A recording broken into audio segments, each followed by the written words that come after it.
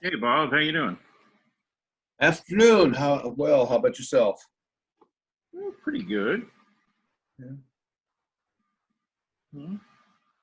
You know, we're just trying to get everybody straightened out about next week and what's gonna happen there Oh, okay. with the on-site classes. You've heard of it, right? Well, I heard something about what next Friday you're doing one, or doing two rather. Yeah, I'm doing I'm only doing one online. Oh, okay. You know, but I'm doing doing the other one. You know, on site. It's a clay class, and I'll probably do some short videos and some you know, actual photographs of what I'm working on there, you know, and you know, the process. So we might talk about it, you know, in like the inspiration class or something like that. So. So you've been doing pottery and ceramics for a long time? Well, yeah. I mean, I took a sculpture and well, mainly a sculpture class. I've never really taken like a pottery class, like, you know, hand building or, you know, throwing on the wheel or anything like that. Oh, okay. So, but, you know, it's similar enough, you know, but I've been teaching, you know, hand building and sculpture for what, 15, 16 years. Oh, okay. Well, I guess you have some experience there. Yeah, I've got a few sculpture pieces laying around. So, hi, Benet, how are you?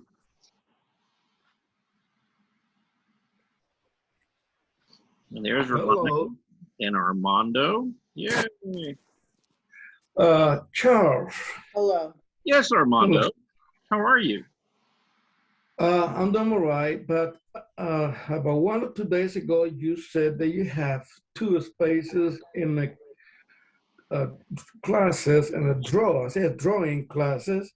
Had. When I went to the center to register, they told me I had to talk to you. Yes. Yes, that's kind of the way they're doing it, is that you're contacting the instructor. And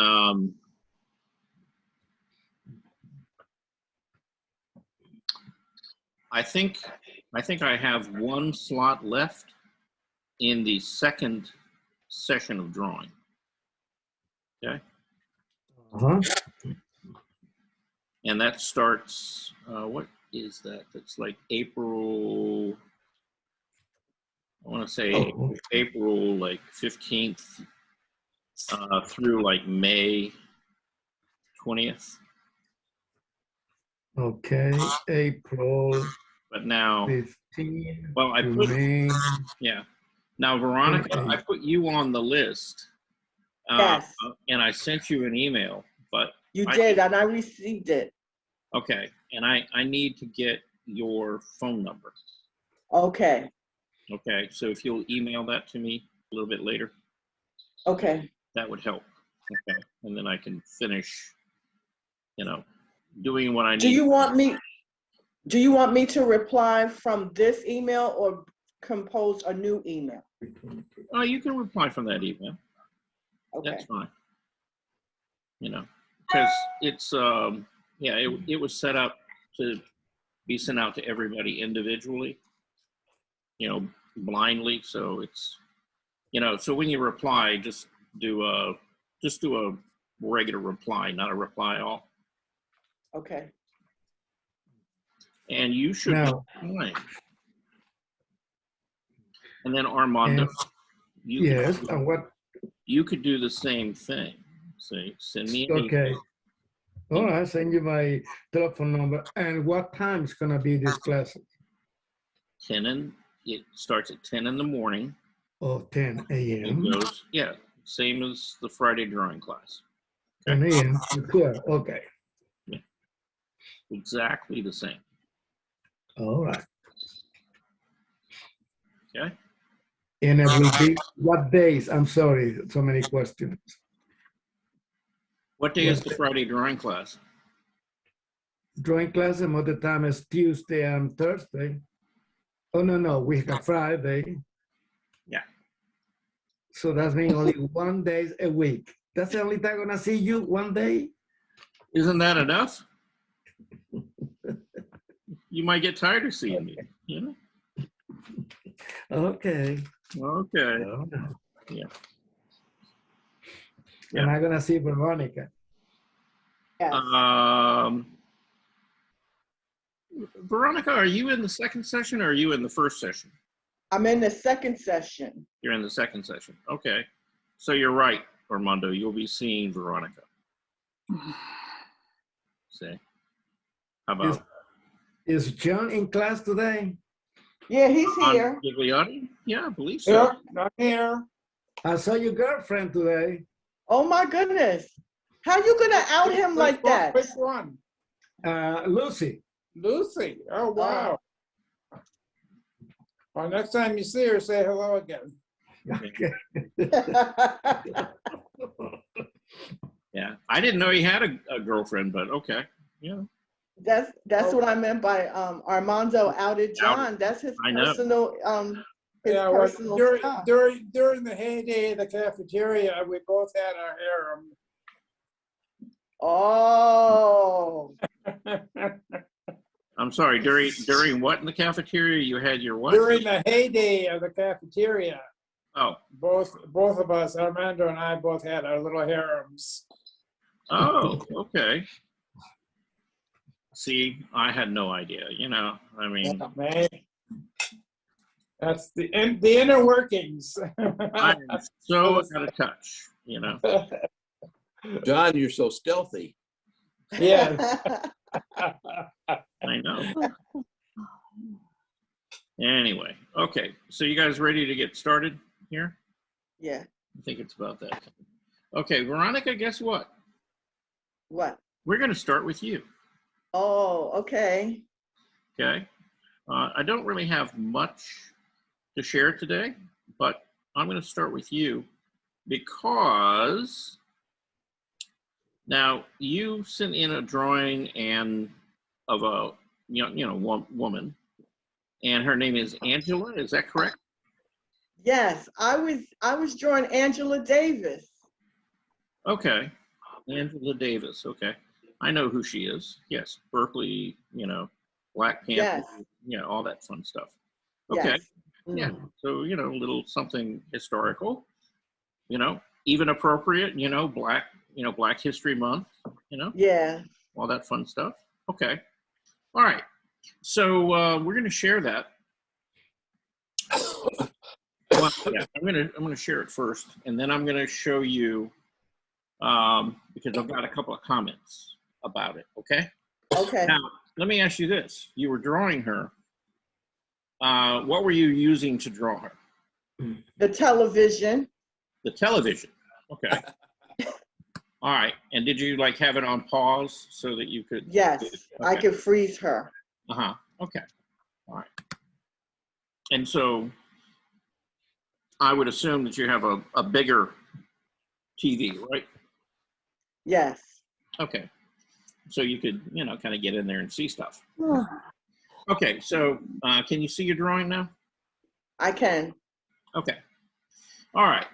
So Angela Davis, okay, or any other Angela, or really anybody, okay, that you're drawing. Now we've talked about this in drawing class quite often actually. And when you're drawing someone's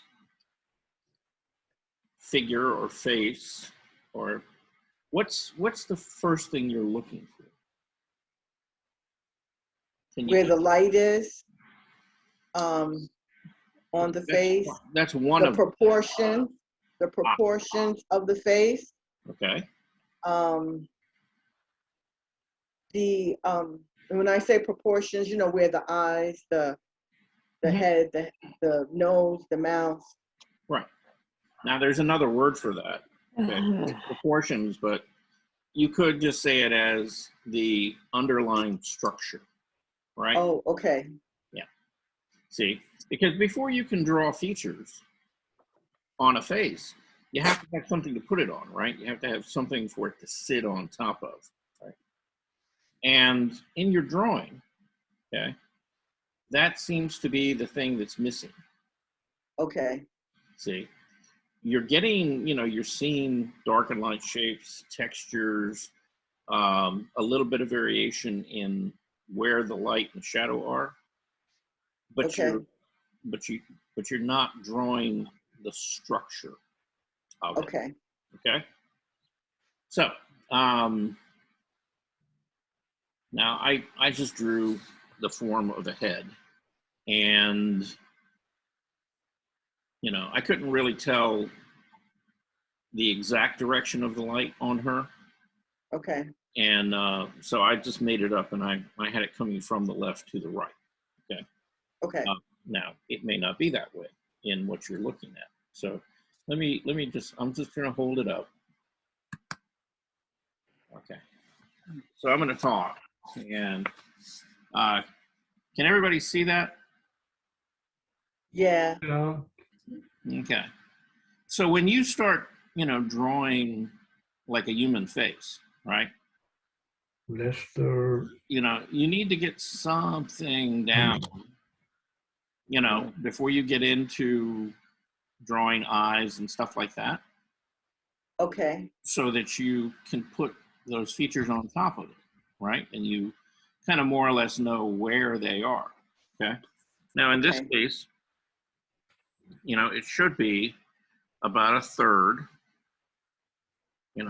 again, about an equal distance there, and then about an equal distance there. And I'm only going up to here, not really to the top of the head, but the hairline, but I haven't put the hairline in yet.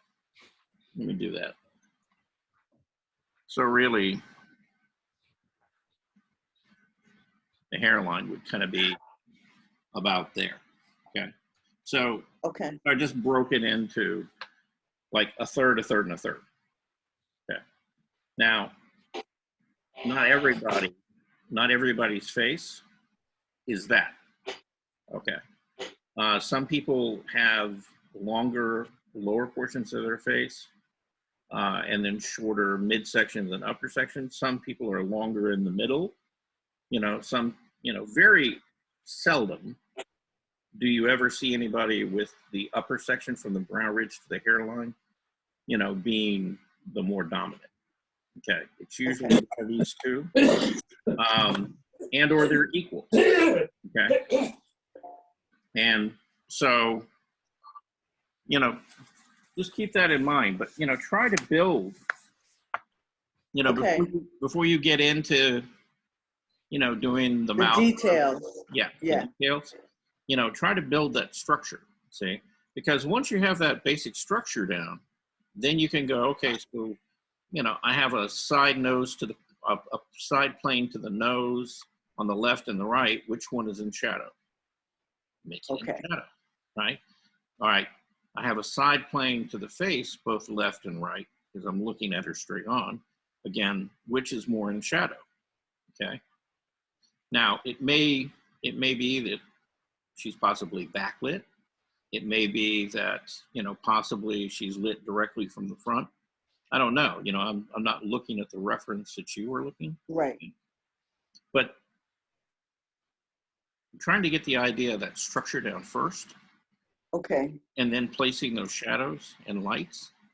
It gives you a form to put them on, right? And Okay. automatically, you got a 3-dimensional face. Got it. Okay. I'll work on doing it that way first. Yeah. And then putting everybody in. Or, well, Yeah. Yeah. Then you develop, the details, the eyes and stuff like that. right. Okay.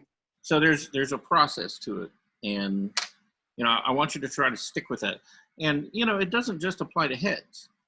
It applies to whole bodies.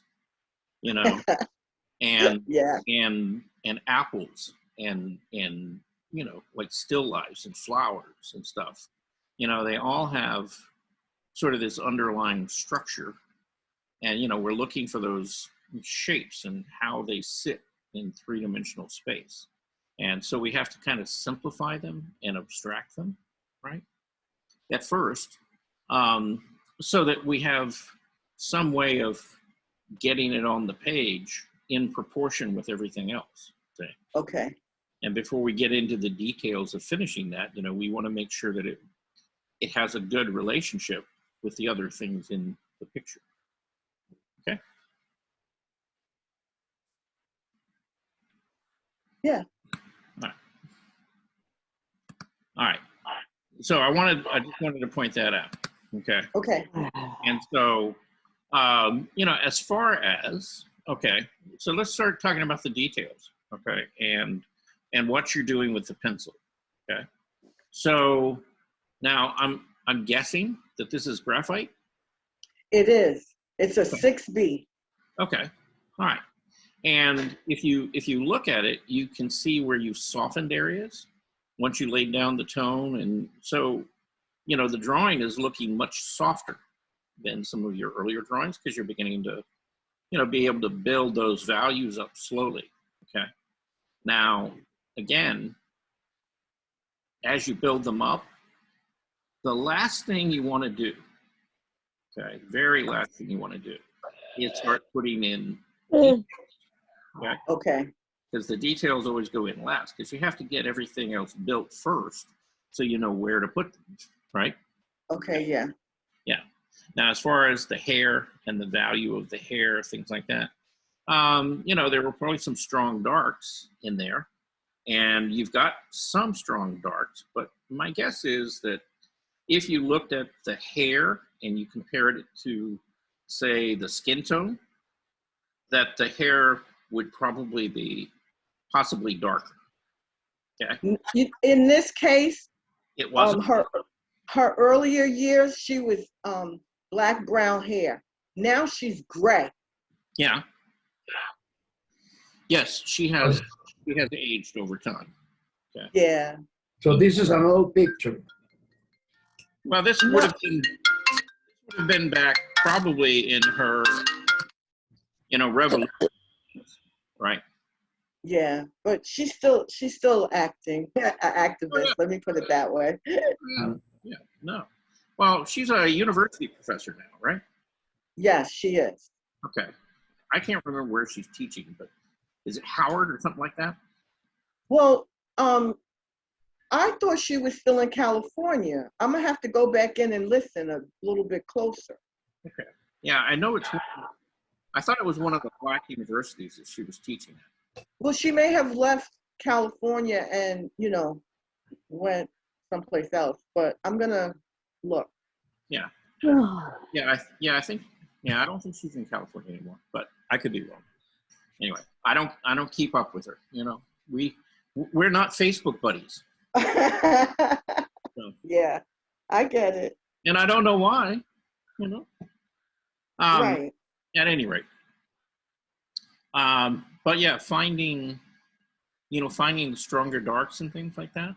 Now, one thing that would help, okay, when you show things like this, is if when you send this in, you also send in what you were drawing from, the reference. Okay. Okay. The reference piece. Yeah. See, because that way I could, you see, I'm guessing, right? Yeah. No, I get it. Uh-huh. I could be like totally wrong, you know, admittedly, because I have nothing to look at, you know, other than your drawing. So, Right. yeah. So it's hard to tell you kind of where to go, you know, other than, you know, my first Draw the structures first and then move from there. yeah, is find the structure and the proportions first. And then once you've got that nailed down, then develop. Okay. Okay? Okay. All right. But, you know, I'm glad to see that you're drawing faces. And, you know, how long did you work on this? 2 days. Let's see. Okay. All right. You know, an hour on one day and then an hour on the next day. So yeah, about that amount of time. Yeah. So, you know, maybe somewhere between like 2 to 3 hours. Yeah. Yeah. Okay. Yeah. And did you use like a paper towel or something to rub it back? I did. That was the recommendation, you know, that I received from you. Mhm. So I tried it. Good. And then I had the eraser, and I had lifted out some spots too with Yeah. the gray eraser. Yeah, on the nose and right above the lip, and Yeah. maybe a little bit on the chin and a little bit on the cheekbone over on the right hand, you know, as Yeah. the right hand side. So yeah, okay, good. And so that kind of suggests that the shadows would be falling to the left. Yes. Right. That's what I saw at least, but you know, when I froze it on the TV. Yeah. Yeah. Now, I don't know what kind of TV you have, you know, but did that work really well for giving you, did you get a fairly clear image or was it like really blurry?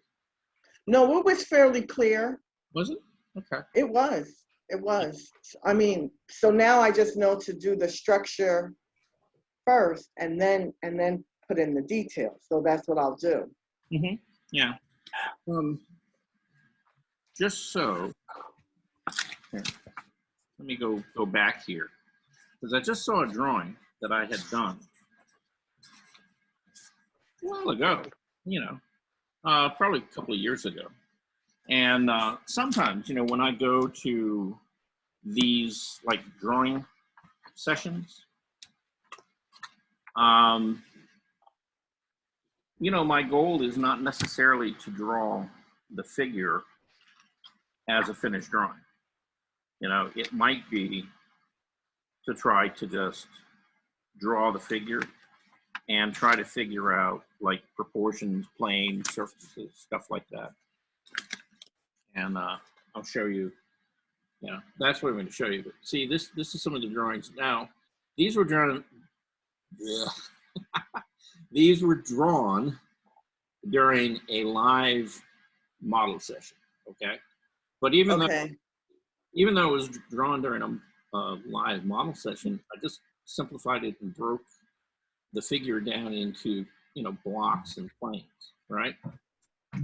So that I could get, you know, a good understanding of the proportions, you know, to the person, you know, who was modeling. So can you see that better? Yes. Okay. Yeah. Okay. And it's real simplified, you know, and it looks kind of mechanical, and that's okay. You know, but every once in a while it's, you know, it's good for you to go back in and really look and see if you can see, you know, where the direction of the plane changes, you know, and make a line, you know, and kind of simplify it. Because in just practicing doing that, it kind of reinforces in your mind, you know, that it really is a three-dimensional surface, and where you're seeing light and where you're seeing shadow tells you something has changed, the direction, you know, of the surface Okay. changed, you know, as it's oriented toward the light. Okay. All right. Okay, let's go back to sharing again, and we're gonna go. Who are we gonna go visit next? I didn't really get a lot of work today. Okay. In fact, I got very little work today. So we're gonna go see John Gigliotti. Is that okay? So this. I'm here. Yeah. This is John's rainy painting. Okay. Yeah. Okay. And Yep. John seems to be continuing to practice, how to get a little bit of nuance in his mixing of colors and values and, building kind of atmosphere and depth in his painting. Yeah, correct. Yeah. Yeah. And you're doing it, by the way. Okay. Okay, Yeah. good. Let me ask you something here, okay, because I'm looking like in the area of this foliage right here. And it seems like it has some, lines across it that are white. Yeah. Is that like color pencil or something that you've gone over? Actually, no, what I did is I had a smaller flat brush that was just wet, not heavy water, just wet. And I just dragged the edge of that flat across the surface. Okay. Now, did you have white on the brush? Nope. Oh, so you just lifted is basically what you did. Correct, right, yes. Oh, okay. Yeah, because it almost gives you the effect of it being like there's some kind of like China white or some kind of opaque white. Yeah, it does look like it, but no, it was just water. Okay. All right. Yeah. Well, I guess, what I would say to you is I really like the, how, the trees here, Uh-huh. you've really made those, move backward, in the composition. Yes. And you've kept some of that atmospheric kind of, it feels like a kind of a wet, foggy day because of how that comes forward, up into this, foliage. And, these trees are clearly closer to us, but still there's this sense of mist, in the air. And Right. yeah, that's kind of nice. And everything kind of works, pretty well as far as, at the bottom, this moves the furthest forward and then this and then here. And, Right. When I kind of look at it, the composition of it, it kind of pulls you in and up and then to this tree and then back to these and then back. Right. So that's good. You're handling the, the way that the eye moves through the composition really pretty nicely there. Yeah. So, yeah, nice. Good work. And this is all watercolor. All watercolor, yes, thank you. What I did, and the first thing I did is that the upper third, the background, the fogginess, Mm-hmm. I wet the paper and then I just let I mixed colors with, I can't remember what I mixed. I think a little black instead of a gray, a little bit of lavender.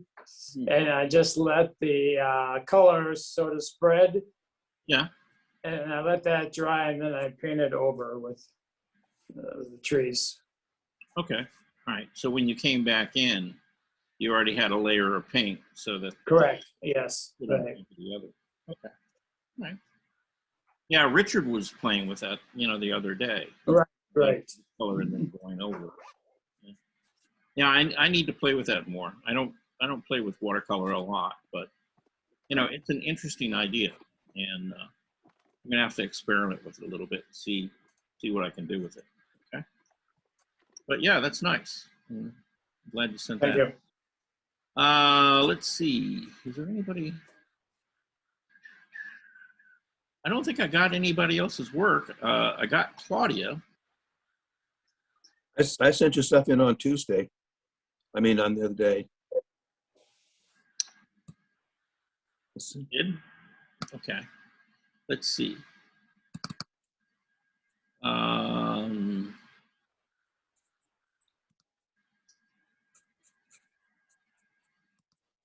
We have the Tuesday share. Right, because you weren't here. That's right. Yeah, I think we saw them, but yeah, you weren't here, but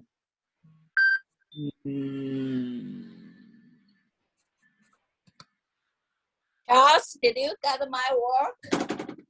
No, I don't have your work. I had your work. Because accident, I sent it twice for you. Uh-huh. It's a Tuesday. Yeah, I've got your work right. I had it on Tuesday. Yeah, Okay. Tuesday. Because I went to the hospital, so I didn't have a chance to join the class. Okay. All right. Well, I see yours. Okay, I'm still looking for Bob's. What did you send me, Bob? Can I ask? Oh, I sent you, let's see, I sent you the drawings we did on Friday. I sent you another larger drawing of face, a portrait of the last lady. Mm-hmm. Then I also sent you something else. I sent you some spheres and cylinders that I did. You did? we saw a lot of Bob's and June's on Tuesday, even though they weren't here. You did show us. Right. Yeah.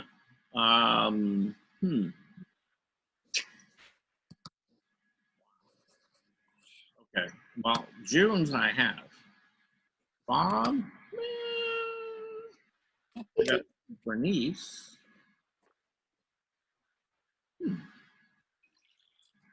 momento, por favor. Okay. Let me go explore, find something. That would be, let's see, Bob Homer. What was the last thing I got from you? Mail. And we had all these people registering and stuff. It may have got pushed down there, and I may have. Here we go. Aha.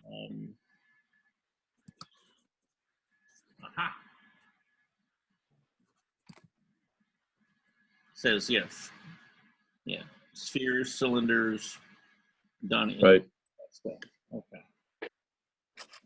And let's see. Is there anything before that?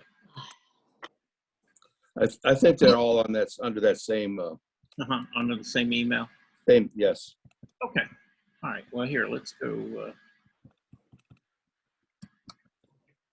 All right. So let me do this. Got that open. Let's. I'm trying to do this without making stuff disappear. We did that yesterday, and that was a real pain. When you lose stuff, Mm-hmm. it just kind of goes. Me every day. Yeah, it just kind of goes away, and then all of a sudden it's like, well. Kind of like my memory. It kind of goes away and comes back.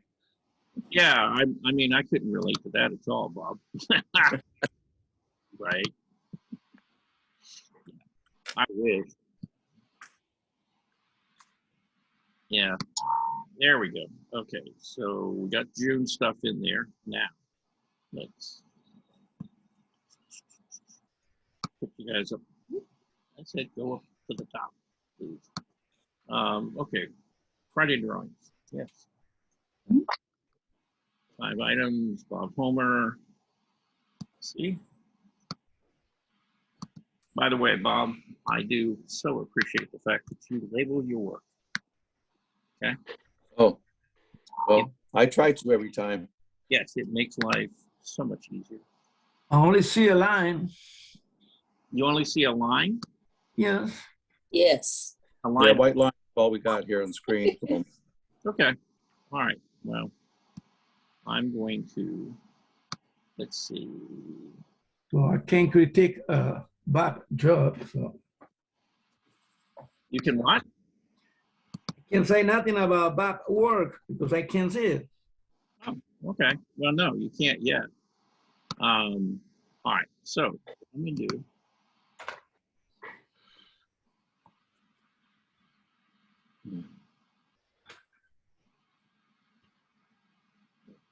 We're going to get things back where they were.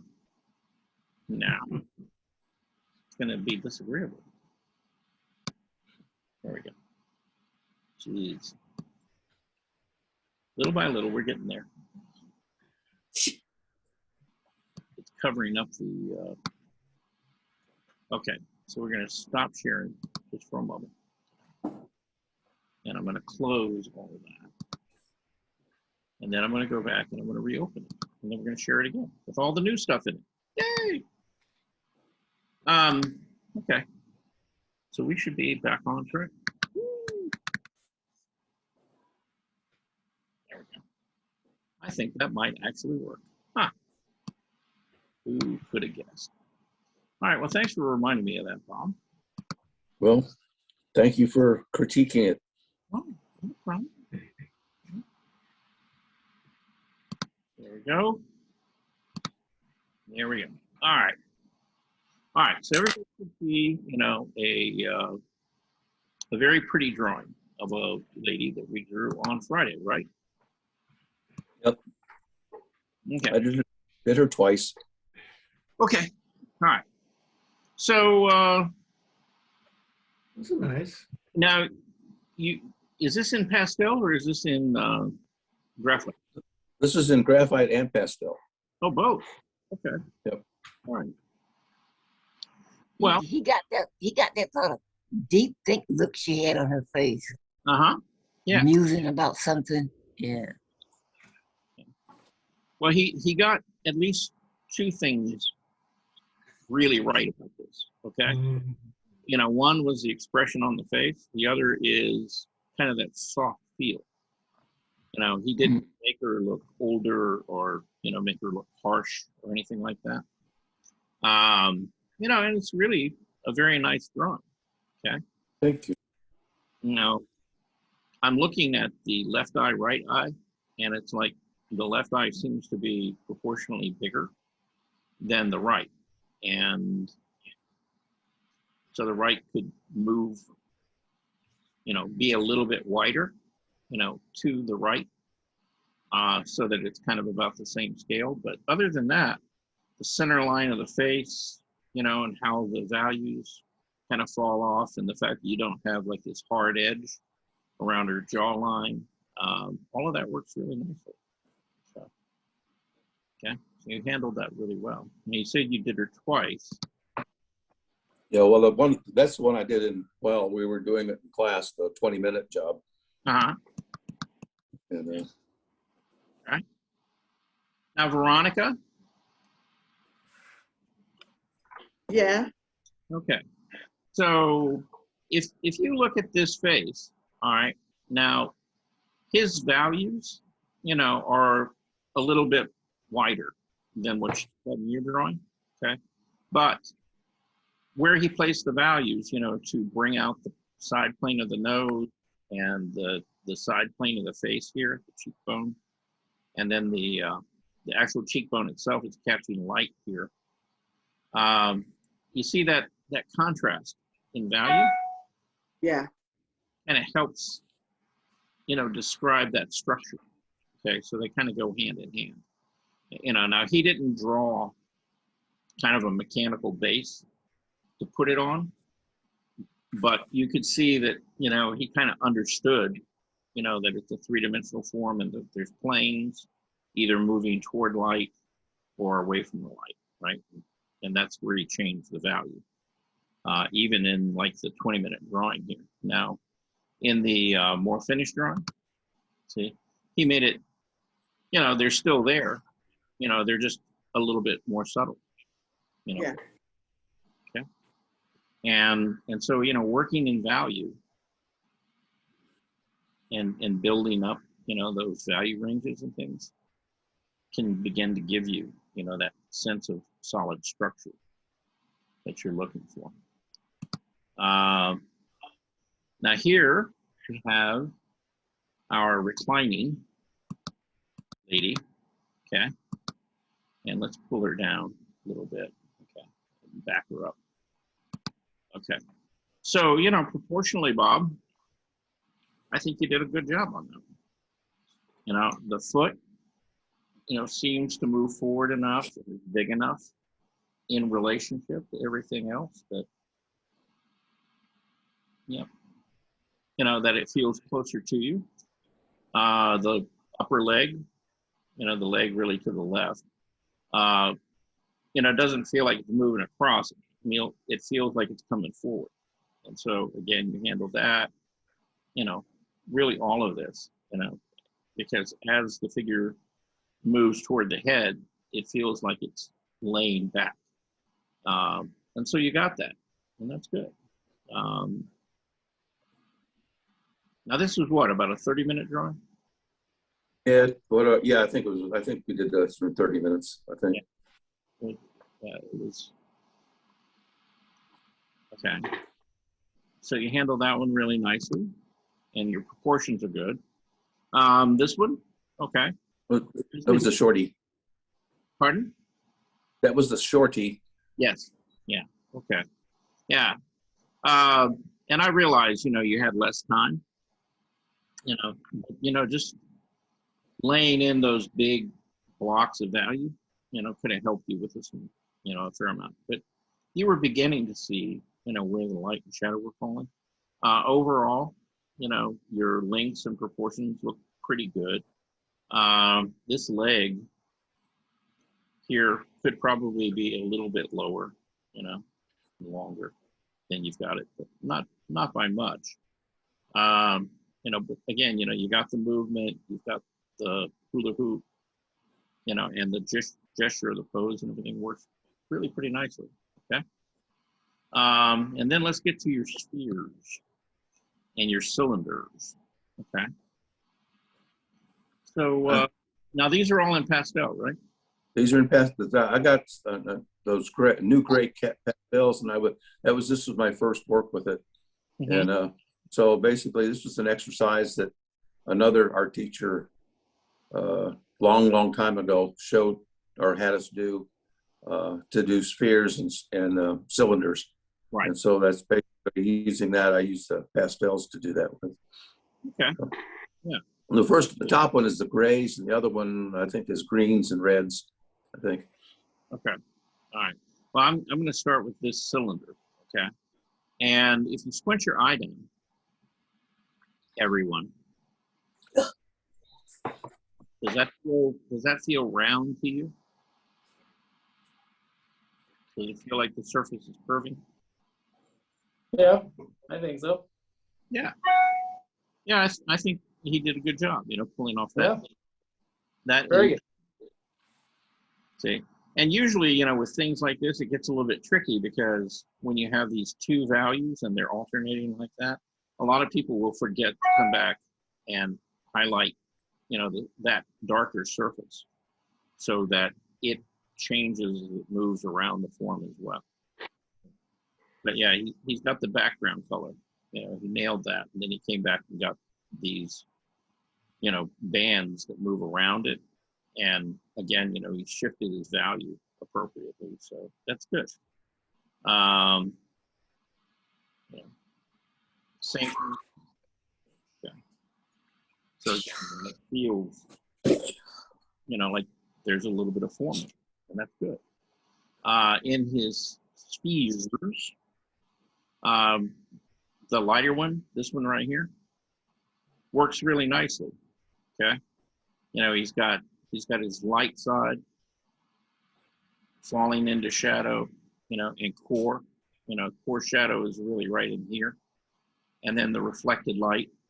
Okay, and if you squint your eye down, you know, the reflected light is is not as light as over here, you know, on the light side. You know, just slightly darker, and so that's good. You know, and then this piece. Now you said one of them was gray, and one of them That one's the one that you got your cursor on right now was done in green. Okay. All right. It's hard to tell. Well, I mean, that whole set is kind of like real, like neutral colors, right? Yes, sir. Yep. So when you say green, you know, I mean, yeah, it's real subtle. It's slightly shifted green. Now, is this on that Reeves BFK? It looks like it. Yes, it is. Yep, it actually is. And this worked a little better. I think the pastels are a little bit softer, and Ernest Varner suggested that when you do pastels, you want to put a piece of paper between the pastel paper that you're using and the surface that you're drawing on to soften up that backside a little bit. So the surface of the paper kind of it doesn't take as much pressure to put color down. Okay. So you're saying that you're putting like an extra piece of paper or something underneath it to pad it? Right. Yeah, I used a piece of Bristol board. Yeah. Underneath there. Yeah. Usually, you know, when I'm working on like the Reeves, I'm usually working on a stack of it. You know, I've usually got like, you know, 10 or 12 sheets on the drawing board, and I'm again, you know, Right. It has a little bit of a spongy feeling to it, a little bit of give. Right. So while you're laying stuff on it, it's soft and you can work it into it. But you know, it's like once you get that first layer on there, you know, and it begins to sort of open up that surface a little bit, then it really does take, you know, all those layers really nicely. And you really can get a bit of stuff, you know, pastel. You can get quite a bit of it, you know, on that paper. So Right. you build up, you know, layers of color on it. And, you know, that's one of the reasons I really like it, you know, as a drawing paper, you know, either for pastel, any kind of drawing media, it works really, really well because it's got that softness to it that, yeah. So it really will take, you know, quite a bit of stuff. And it's tough. You know, you can work it and rework it quite a bit without it falling apart. Right. So, you know, it holds up with an electric eraser or, you know, erasing it several times or scrubbing it with a paper towel or a brush or things like that. It doesn't, you know, it doesn't begin to come apart. So, but yeah, these are nice. Yeah, very nice. I mean, that's an exercise I'll go back and do every now and then just to remind myself of how to do spheres and cylinders. Oh yeah. Yeah. Well, yeah. And what, you know, what you're translating, you know, how light's reacting to the surface, you know, if you take those principles and apply it to painting an arm or a face or a hand or anything else, you'll be fine because that's really kind of exactly what's going on. Okay. Right. All right. So let's go. Really nice, Bob. Yeah. Thank you. Let's go see June. Here's, there we go. Okay, June. Yes, I'm here. Yeah, we talked about these a couple of days ago, but yeah, I guess you weren't here. And so yeah, this is you sent me a couple of weeks back, and so this is your girl with the seashell, and so now this is with graphite, right? Yeah, it's just the pencil. Yeah. Mm-hmm. Yeah, graphite pencil. Yeah, graphite pencil. Okay. Yeah. And so, you know, working on your drawing quite a bit. And one of the things is trying to get values and tones, you know, and particularly like gradations, and get more control over the pressure of that pencil and build it up slowly and not be in a hurry. And on this particular drawing, you know, you've got places where you handle that really nicely, and then other places where it didn't quite come off as well. Okay. And anytime that you begin to draw a figure, and you begin like this scratchy feeling to the pencil as it goes down. Use a paper towel, use your finger. You could, if it's a very small area, you could use a Q-tip or a stump, and just, you know, you don't have to like grind it into the paper. You know, all you have to do is just go over it lightly and begin to soften it a little bit, okay? And Okay. where you could use that is like here on the cheekbone, you know, this value in here. Mhm. It's a little too much of a line, right? And so if you just blurred that and softened it, the value would be there, but it would kind of make it feel rounder. You know, right now it kind of feels a little sharp. Same thing here across the hand. You know, you're moving in the right direction, you know, as far as putting your lines down, but then going back in and just softening them a little bit so that they're not quite so harsh, right? Okay. And then the same thing here in the arm, right? Again, you know, just kind of pulling those together, either using your finger or using a stump or, you know, any tool you want to use. Paper towel would work just fine.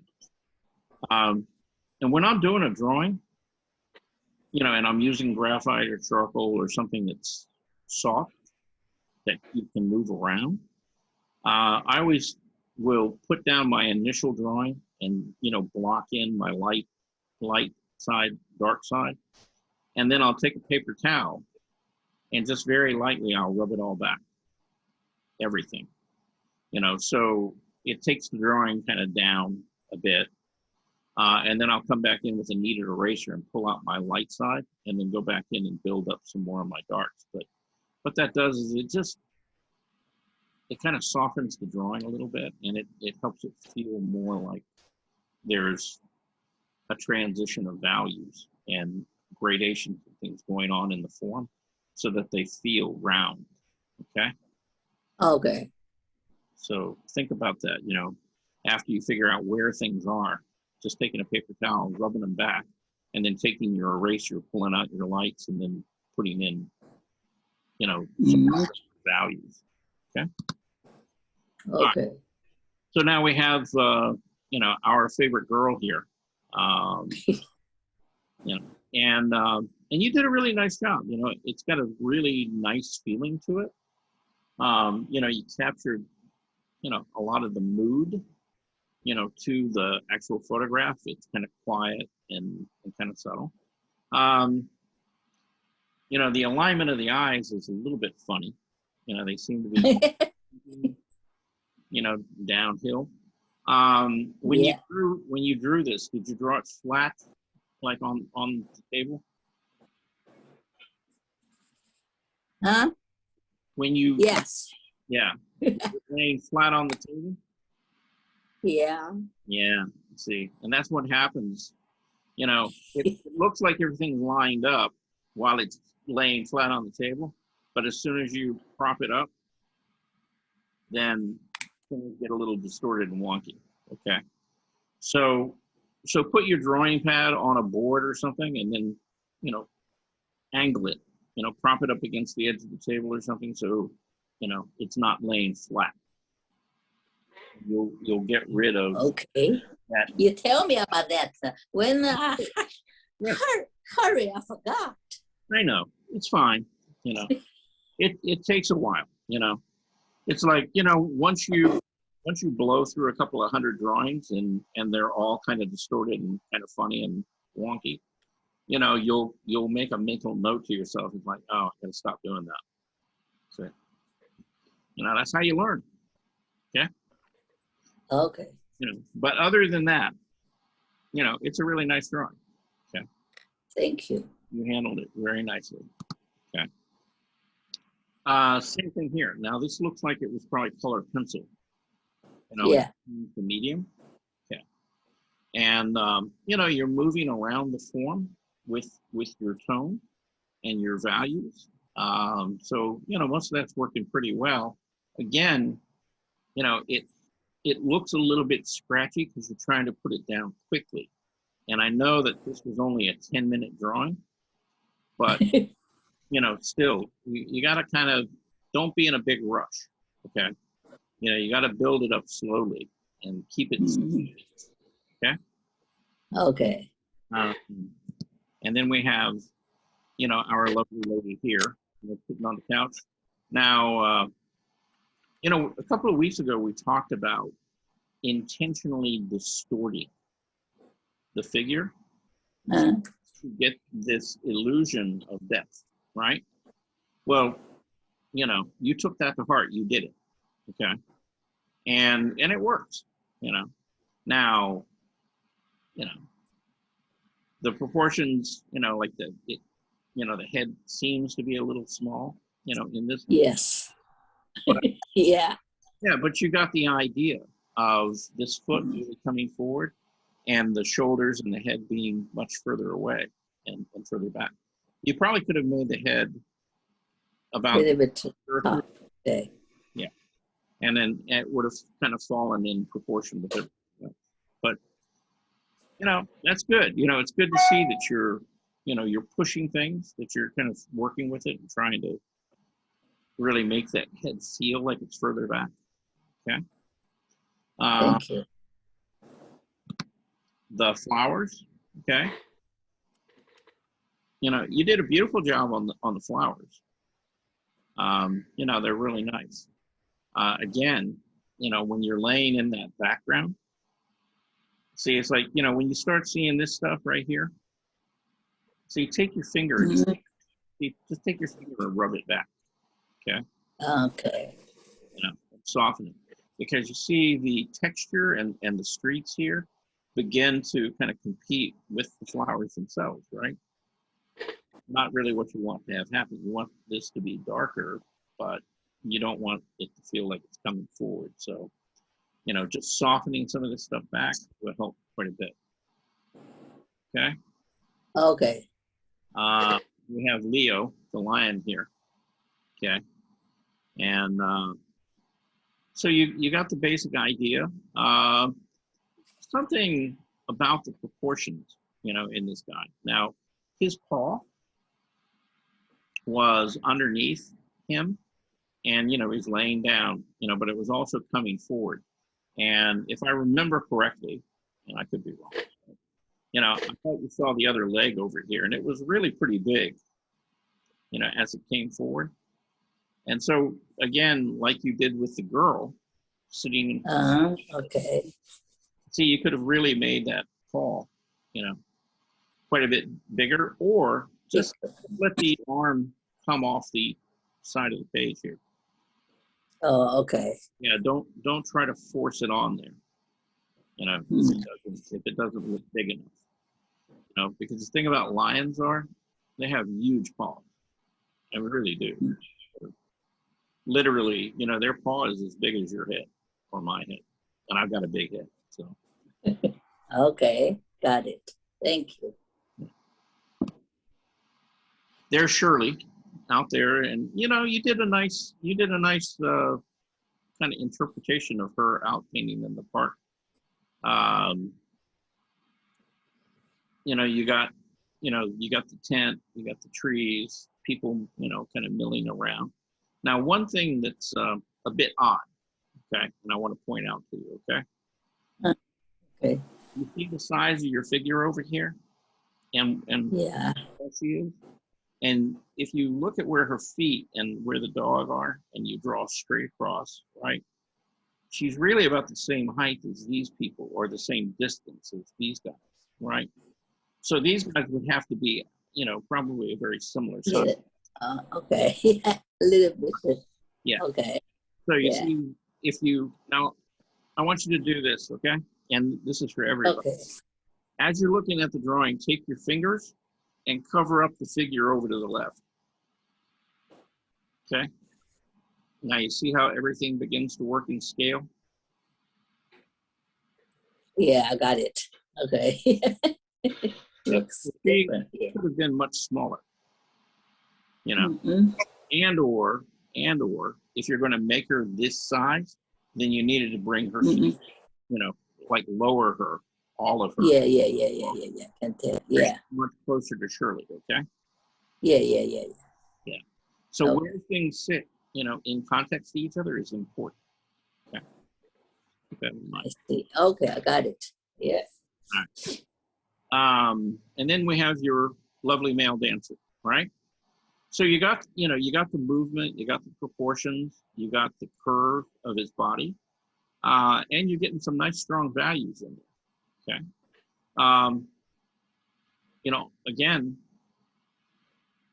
you can soften some of those scratchier sort of areas back, and he can still, hold together really nicely. Okay. Okay. So the Thank you. for you right now, is learn how to use that pencil and build up value slowly and softly. Okay. Soft. Okay. Yeah. Thank you. Now you tend to move kind of in a straight line, right? And you can do that. Okay. What I find is if I move my hand in kind of a small circular motion, right? With the end of the pencil, that I can build up a softer tone that, doesn't have that real strong directional sense to it. Try Yeah. that. Oh, yeah. That works for you. Okay. Okay. Thank you. And then we're back to Veronica again. We've already done her. So anyway, that's all I got that you guys sent in. So now, some of you may want to run and scream, okay? But I want to show you an illusion, okay, from nature, okay? Is everybody awake? Yeah. Everybody? Yeah. We're here. We're here. All right, so I want you to look at this real carefully. All right, when you look at that, what do you see? See a snake. Gosh. Yes. Multiple heads. Yes, you see snakes, don't you? But guess what? That's not a snake. That's actually a moth or a butterfly. Oh. Fooled me. How about that? I know, it fooled me too. It's like when I first saw that picture, it's like, damn, a whole bunch of snakes up in a tree. And now, now the thing is, this is supposed to be the largest butterfly on the planet. And I think Oh, I see. they're in South America. I don't think they're in Africa. I think they're in South America. At any rate, but this is part of the actual camouflage that they have, with the pattern, and it begins to look like a snake, doesn't it? Have a good day. Oh gosh. And here it is in somebody's hand. Oh, flower. Okay, it's a butterfly. Pretty good You size. certainly fooled me. Yeah, yeah. Well, me too. I mean, when I look at it. That's really big. Yeah. Yeah. That's actually bigger than a Luna moth. And a Luna moth's pretty good size. But yeah, this guy is like gargantuan. But that's part of their strategy, of survival is it looks like a snake. That sounds like a dog. Yeah, it is a dog. So birds, tend to leave them alone, Where's their habitat? Where are they? Or I think they're in South America.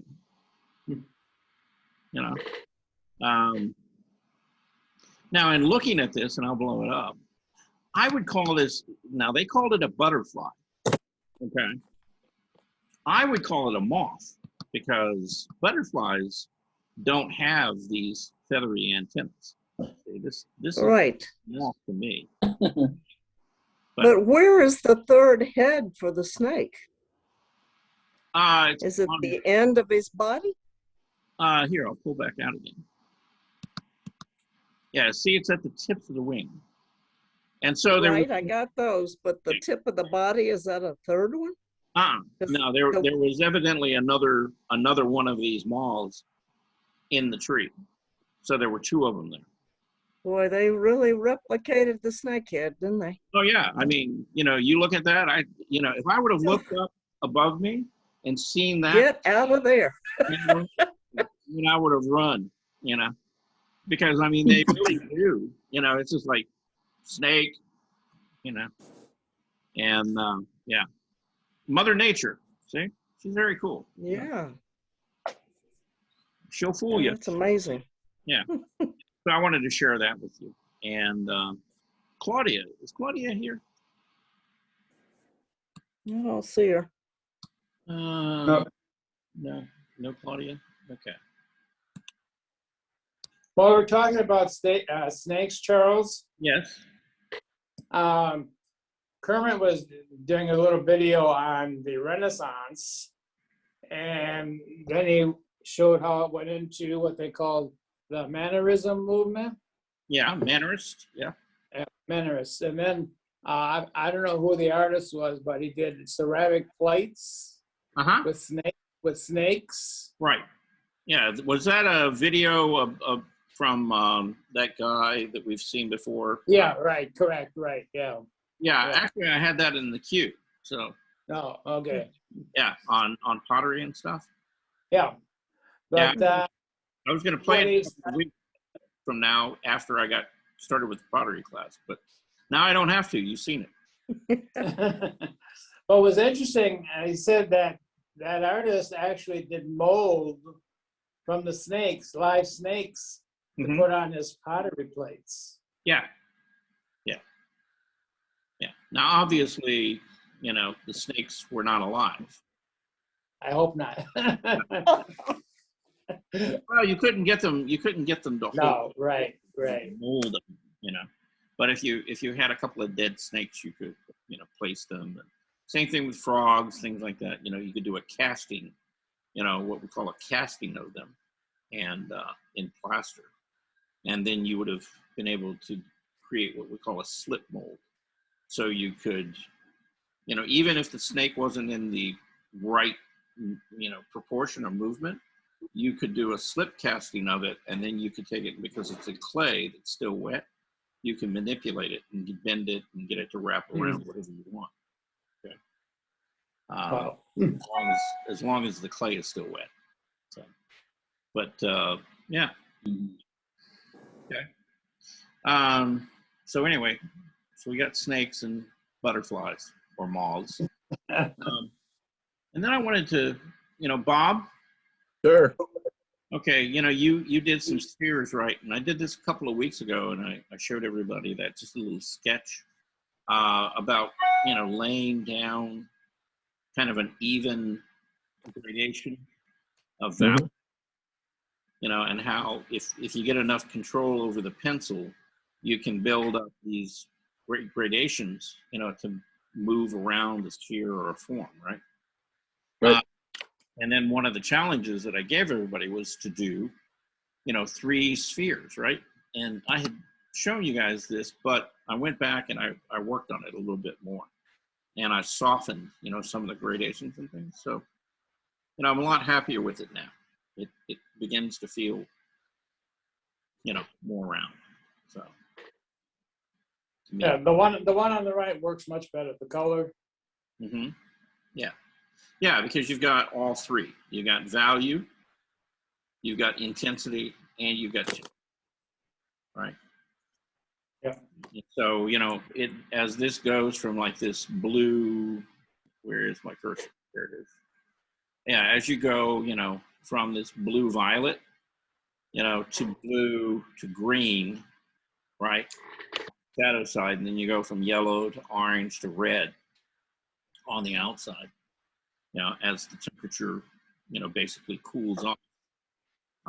But it also changes value at the same time. So, and then remember, I think it was yesterday, wasn't it, that we, you know, the guy was talking about, you know, how he got the sunlight to look more intense by taking, Yeah, it was yesterday.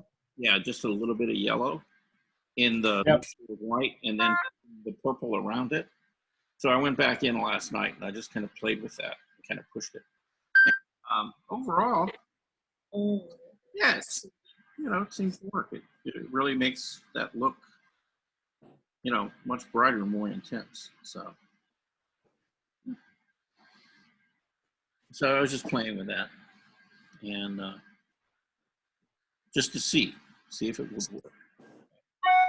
And then I wanted to share with you, starting here at the top, okay? Yeah, running about.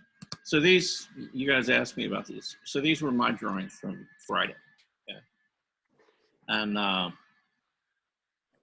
again, you know, what I was trying to work here is to try to get the proportion. And when I went back and really looked at her, you know, I still think that I could have, you know, pushed that leg a little bit longer, gotten it lower than I did to get it to be proportional with the upper body. And, you know, so, you know, me too, you know, but I was working, you know, in trying to get the values, you know, particularly like, you know, with the head and the arms and the torso, and trying to get the light and the shadow and the reflected. And you know, I thought it worked out pretty well. This was the girl on the lounge. Mhm. Again, you know, bringing that foot, you know, making it bigger, you know, pushing it forward, and then, you know, pushing the rest of the body back. Would the foreleg not have been longer? I mean, this part right here, I measured, you know, from the toe to the knee, and yeah, and basically, you know, it should have ended like right up here at the pit of her neck.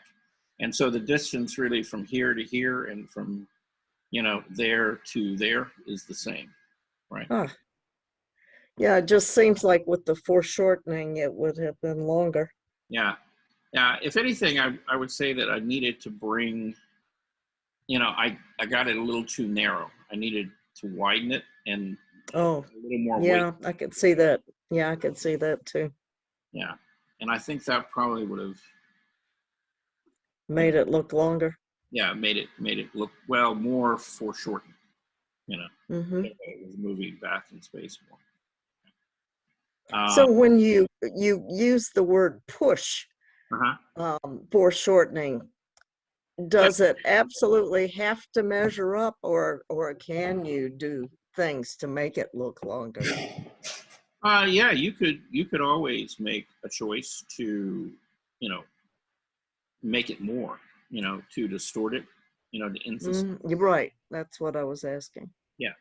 Yeah, you can always push it more, you know, and so, you know, it's just a matter of finding the degree to which, you know, it does it without it making it look like really, really strange. You know, and when you start looking at things like comic books, you know, particularly like, you know, action heroes and stuff like that. Yeah, they really force the perspective and stuff on those and the size relationships, you know, to get the effect, you know, the movement and stuff. And so that works, you know, it does. And then this is my, you know, my drawing of the girl. So now, not that I got enough drawing in that day. So later on Friday, I went out and I was sitting having a cup of coffee, and I decided to take on this little piece of architecture sitting across from me. And it's a 2-story, well, actually a 3-story apartment building right in Smyrna. And, you know, I just wanted to try to understand, you know, that deck structure and, you know, how it was working. So spent about probably 45 minutes drawing that, you know, just figuring it out. And then, you know, I talk a lot about doing thumbnails, you know, and just like little quick sketches. And so I've got now these are probably less than 2 inches, okay? So they're about 2 inches in height. And, you know, I did a whole bunch of them, you know, just kind of looking around, you know, just kind of plugging. What is it? Huh? What is it? Yeah, what is it? Well, okay, so you've got like, you know, the edge of a field, you know, that's on a hillside here, you know, a big group of trees. You've got another mass of trees in here. You got another ridge. Oh, okay. Okay, you got it. And you got it. Turn. Landscape. Yeah, it's a landscape. Yeah, these are all landscape. You know, that I did Okay. without, you know, I think most of them are up in like North Georgia and around Woodstock, areas like that. You know, Mm. just doing like really quick little pencil sketches. I mean, these are probably like 3 minutes. Mm. You know, just to try to get, you know, the composition, see the placement and value, that light dark pattern. Do you find that people want to know what you're doing when you're sketching? No, because I'm usually not around people for sketching. Okay. You know, yeah. I usually try to go find someplace that's, you know, on the side of the road or quiet, or, you know, where there's not a lot of people milling around. Mhm. Now, when I was doing the apartment building, right, and I was sitting outside this coffee shop, people were walking by and kind of looking at what I was doing and stuff. So yeah, you get into a lot of conversation. Yeah. Sketching with a fine line pen, and this is Oh, yeah. in Woodstock. And again, you know, it's just real quick trying to get values down and sort of the movement and placement and proportions of things. And rather than kind of filling out the whole tree here with foliage and stuff, see, I'm just trying to see it as a shape. You know, it's just kind of a rounded shape here. You know, where this is, you know, kind of more of a, you know, kind of a cone shape. You know, What do you think? What do you think of the guy yesterday that when he did his sketches like this, he actually labeled different parts of his sketch like this with the color and the intensities. yeah, The percentage. Yeah. that you know, I've never really. That was weird. No, I mean, you know, you do what works for you. Okay. Yeah. As long as he understood it, you know, it's his own personal sort of like shorthand. Yeah. You know, what he was seeing. So. But it was he had a lot of notes. Yeah, and you know, I was just out trying to draw trees and trying to get, you know, the road to move back, and, you know, trying to get these layers sort of built up in the landscape. And again, this is probably about a 20-minute sketch, you know, and there's, you know, kind of that same place, you know, But closer to it. well, just shifting my view, you know, looking more to the trees and the houses rather than up the road. So.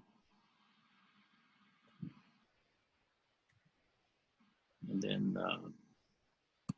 then what was it? I think Saturday, you know, it was either Saturday or Sunday.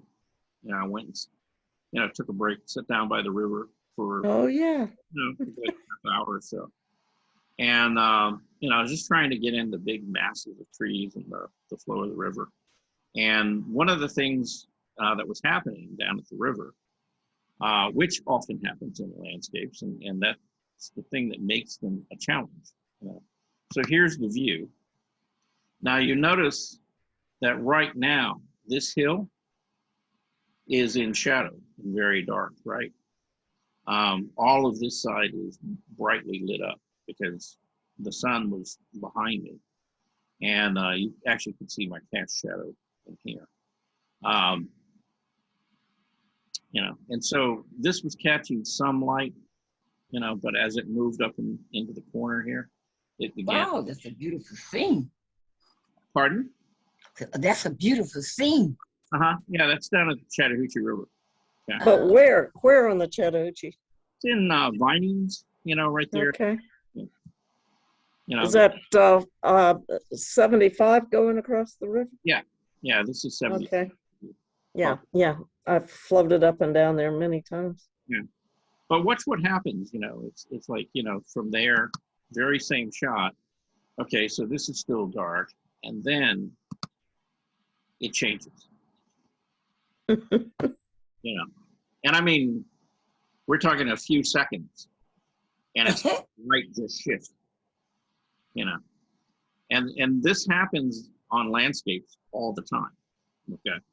And so, you know, that's the value of going out and sitting somewhere and being out there for a good period of time, you know, and just observing, you know, what's going on, you know, with the light and how it goes back and forth and in and out during the day. And it will. And that was not due to clouds? It could be. It could, you know, I couldn't see what was going on behind me, which Okay. is, so yeah, cloud could have moved in front of it, you know. But Not yeah, many clouds in the sky, though. pardon? Not very many clouds in the sky. No, Not that way. yeah. But you know, you compare this, and I mean literally, these are probably less than 3 to 5 minutes apart from each other.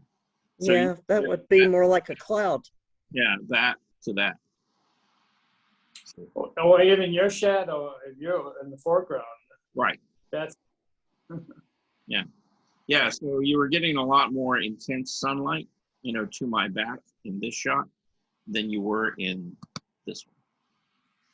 So because now my cast shadow is almost gone.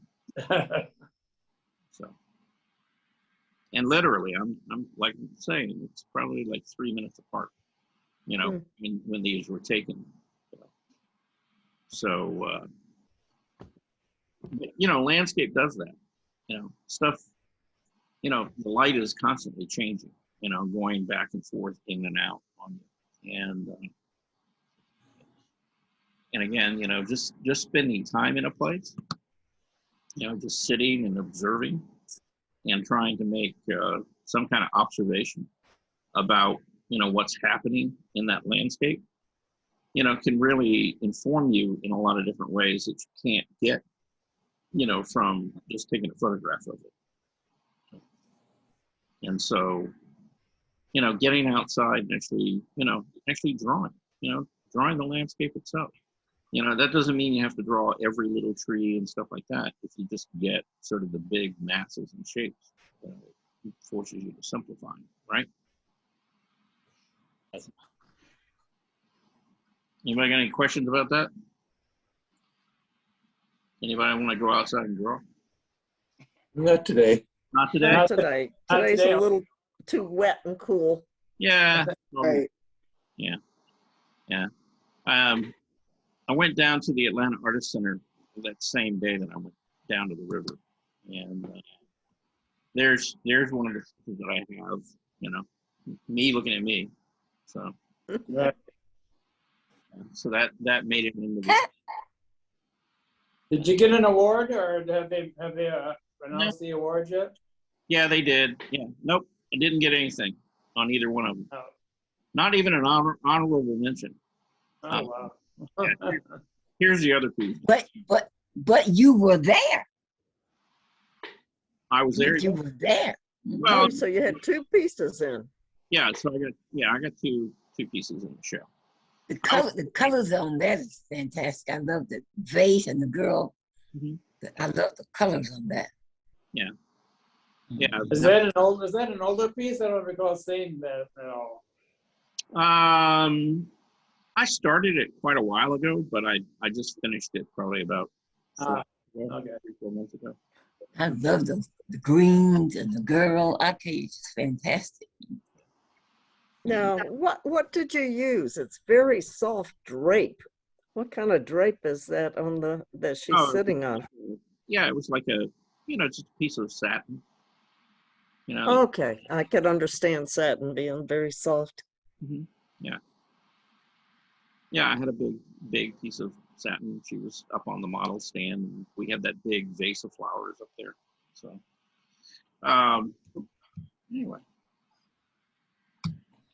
so I got out in the world, you know, and got to see, you know, the Atlanta Artist Center show, and had good intentions of actually submitting some new pieces to the show that's coming up after this.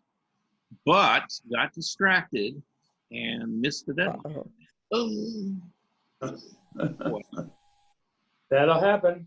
Yeah, At the Atlanta Artist Center, or was this the one in Marietta? this is the Atlanta Artist Center. Now, the Okay. deadline for Metro Montage is like toward the middle to the end of April. So you guys still have quite a bit of time on that, okay? If you want to submit. Okay. Anyhow, anybody got anything we need to talk about?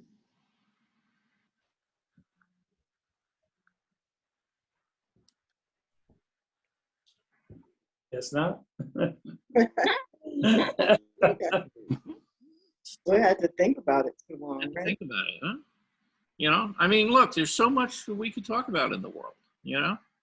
I mean, anybody been keeping up with what's happening out there in the world these days? Yeah, there may be a war with Russia. Tell you, it's going back and forth. Yeah, That's too scary. it is. It It is Yeah. very scary. It's been a long time since we've had World War II. Yeah. Well, though, you know, and I guess it depends on the news sources that you listen to. The positive thing that's happening in all of that is that the Ukrainian president is actually the one trying to calm everybody down. And like, no, That's true. you know, I mean, he's telling everybody, you know, all the NATO allies, he's saying, yeah, they're there. What's new? You know, they're there all the time. You know, They've been there since probably 2010 at least. well, you know, they go back and forth. You know, they do these exercises and stuff, and they tend to do it, you know, like right at his border because, you know, that's kind of the gateway to the West, you know, or the rest. Yeah, but they hit a kindergarten today or earlier today. Oh, They hit a kindergarten. What does that mean? But they're not sure who did that. They don't think that was actually Putin in Russia. Yeah. Well, now here's the thing, you know, and the whole thing is a mess. There are Russian troops there, but at the same time, there are Russian troops there. Within Ukraine itself, there's a faction of a group of rebels that have been actually trained, you know, by actual Nazis, and they're I guess Stirring the pot. Yeah, I guess they're on the side of they want to go back and become part of Russia. Okay. The vast majority of people in Ukraine don't want to become part of Russia again. You know, so it could be them. Okay.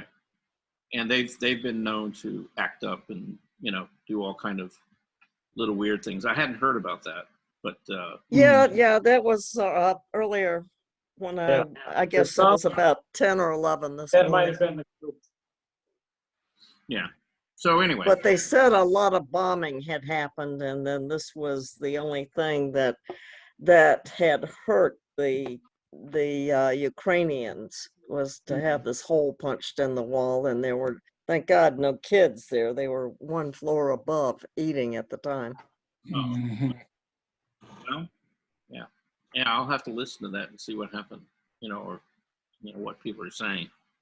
Yeah, but you got stuff like that. You know, anybody here that I guess they found a new fossil, you know, of a human fossil. I think they said 2.8 million years. Where was it, Charles? I've read stuff off and on for the last 2 weeks about human fossils. Yeah, it was in Africa, but it was in like West Africa. Usually you find a lot of things like in East Africa, but this was like over in West Africa. And so that would push, you know, back to our earliest human ancestor, like 2.8 million years. Yeah, it was probably Africanus, Homo africanus? I don't think they've classified it yet. You know. Okay. Yeah, it's not Australopithecine. It's definitely Homo, right? And so, yeah, it's part of the human group. But yeah, but finding it where they found it and finding it, that's like 0.8, almost a whole nother million years older. Yeah. Than. Well, I think the human, I mean, it really depends on who finds it and how much they make available, and more people that look at it have a better sense then of exactly where it does fall. Yeah. I think what they found. I'd love to get your source on that and look that up and read it. I saw it on YouTube the other day. Yeah. Yeah, and then I saw it also published. It's called Science News. Oh yeah, I take that. That's where I read a lot of my stuff that's coming out. Yeah, it was in an article that came out yesterday. Inside. Oh, okay. I got it in the email and I was looking through it. Yeah, I was looking too. Yeah, but they, I think what they have so far is they've got a jawbone and some of the limb bones and things. It's not a complete skeleton, but it's a fair amount. Close enough. Well, enough to kind of tell a little bit about the physical features of it. So, but yeah, that's that whole anthropology, archaeology right now is really hot. There's a lot of stuff going on. And then to match that, you've got the fossils that were found in China, and they're working on classifying them, haven't classified them yet, but they're close. I think they're like 2.5 or something million years. And again, to have human ancestry, in Africa and in China, at about the same period of time, that's pretty incredible. And that changes the whole story to human evolution. It does. It does. How fast they migrated. Yeah. Yeah, that means that we got out of Africa a lot earlier than they had ever expected. So. Right. Yeah. After that period of time, you'd think the humans would be a lot smarter than they are right now. You could hope. Well, a lot of the stuff that they had to use to, they couldn't leave messages to us. That would have gone a long time ago. But the ostodontocoratic is what they usually call it. The bones, teeth, and sticks and stuff have long ago eroded too. Yeah. So you have to have much more recent. Yeah, they didn't leave us a time capsule open. No, it would have been nice. Yeah. But I've got an undergraduate in anthropology, and in graduate school I worked with primates, so I have a lot of interest in that.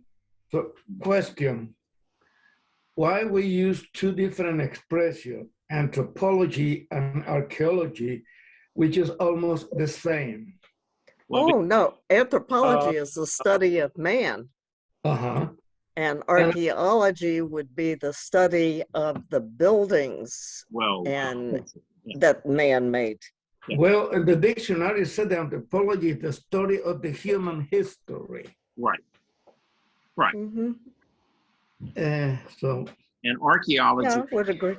Yeah, archaeology starts, about the time that you start forming civilizations. Villages, towns, cultures, things like that. So yeah, they're interested in that aspect, where anthropology is really interested in how did we physically evolve, and who are our ancestors, and we really don't know, where we branched off from. Well, I Google everything, so. Okay. You're smart, Amanda. That's I right. have both subjects. But I know at my age, I cannot go, but I like both such anthropology and archaeology. Yes. Yes, I love those too, because it tells you so much about the history of mankind. Yeah. Yep. And they have found, you know, I don't know how many of you have had your DNA done, but there is anywhere from 2 to maybe 6% of Neanderthal DNA in a large number of folks from around the world. And they have indicated that in some cases that Neanderthal DNA may have actually prevented us from going extinct, because we had that little bit there to protect us against different diseases that the Neanderthals had seen, but not the I guess that would be the Homo erectus group. That would be What was that, Charles? it would be Homo sapiens. Well, erectus goes back as far as 250,000 years, up to about 100. Yeah. Well, erectus and Neanderthal, and I think they were saying Denisovan. You know, we're all The what? Denisovan. A Denisovan? No, Denisovan. Oh, Denisovan. Yeah. Okay. They're all they were all kind of contemporaries of each other. You know, and they thought that erectus was mainly in like North Africa, but also stretched all the way over into Asia. You know, and so they all kind of evolved kind of at the same time. You know, and it's interesting that they all interbred too. Oh yeah. So we got a little bit of everything in us. We're mutts, you know. Yeah. I'm afraid to get my DNA. I don't want to know who are my ancestors. Oh, you sound like me. I don't want to know those people. You know, everybody's interested in, but I'm not interested at all. No? Well, maybe to my great grandfather, but that's far I want to go. Yeah, but it can be interesting to your descendants too. Well, I let one of my first cousins do something, but I don't want to go back too far. Okay. Well, you know, I mean, we all, every one of us, you know, probably have ancestry, you know, that we couldn't even begin to imagine, you know. I know. Yeah, I mean, you know, at one point in time, you know, they thought that people were pretty stable and that they didn't migrate and move around a lot. They've thrown that out the window, totally. If you go to, say, like Western China, they've got archaeological sites there where they're digging up burials of people who had Viking ancestry, Asian ancestry, African ancestry. You know, I mean, literally, there were people from all around the planet, you know, in that right there. And that was along the Silk Road. And so, you know, people really were, you know, a lot more mobile. Very mixed up. Yeah. Mixed up in here, yeah. Yeah, none of us are any one thing, you know. We're a whole bunch of stuff. So, you know, and it doesn't really matter whether you got blonde hair, brown hair, or anything else. So, you know, we all kind of came from a common root, you know, and then depending on where we were, you know, with the environment that we were in, you know, over the generations, you know, we all adapted to that, to that environment until they, you know, those ancestors moved on. And now we're all kind of adapting to another environment. So, yeah, we all adapt. Charles, when I came to this country, I had to adapt. Yeah. And now you did a fast adaptation. And to the American so. Yeah. When did you come, Amanda? From South America, Colombia. No, when? I arrived here on Saturday, November 11, 1978. Okay. Yeah. All right. And did you come to Atlanta first, or where did you go? No, Miami Airport. No. Yeah, but I mean, did you settle? Were you living in Florida at first, and then eventually work your way up to Atlanta, or you know?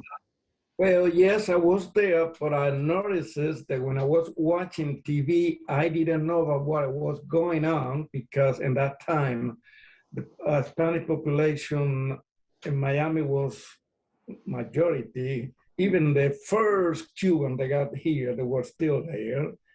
So I decided to move to Atlanta. Yeah. So I can learn the language. So I got here, and I'm still here. Yep. You Well, we're like it glad here. you are. Yay. Well, it's kind So how of. come, I migrated from the West Coast. You know, I came here thinking I was going to stay for 3 years. That was like 34, almost 35 years ago. I thought you were in Georgia in the Columbus area, and then you went out to San Francisco, and then you came back. Well, yeah, you know, I was here. We were here for about 4 years. You know, and Over in Marietta, no, wasn't it? no, I was No? in Columbus, Georgia at that point in time. But Oh, okay. I'm getting the time periods all down mixed around up. Kilkenny, and then you know, from there we went to Monterey, right? And you know, we were well, my parents were there for about 2 years, and that's when I said goodbye to them. You know, I was in high school. I was less than a year from graduating, and I just said, Oh, sure. All your friends were there. yeah. Well, they were going to Germany, and I was not gonna. I had already lived in Germany and hated it the whole time. Gwen, are you native? Pardon? Gwen, are you native? From Atlanta. You're native Atlanta? Oh, yeah, yeah. I grew You're up here. probably one of the few that I've met. Yeah. Oh, really? Yeah. Yeah, actually, I spent from 1960 on in Sandy Springs. Oh, okay. Oh, that's my hometown now. Yeah, it is. Yep, me too. I'm in Sandy Springs too. Yeah. When I got here, I remember the governor was Joel Frank Harris. I don't know if he's still alive. I'm Right. not sure. Yeah. Yeah, that would have been back in the 70s. Yeah. Yeah. He- I didn't arrive in Atlanta till 87. Yeah, 86, 87. Oh, I got here before you in '83. Hey, right. You beat me here, Armando. Okay. Yeah. But hey, Armando, you got it down. See, you know your way to Benson for a free lunch, right? So. No, Any more news on when they're going to get back open more? Well, they're open. Well, they've opened the pool. Yeah, open. Yeah, they sent out a notice. Yeah, they're going to have open swim, and the gym is open now. I'll start classes not this Friday, but next Friday on site, and that's probably enough for a little while.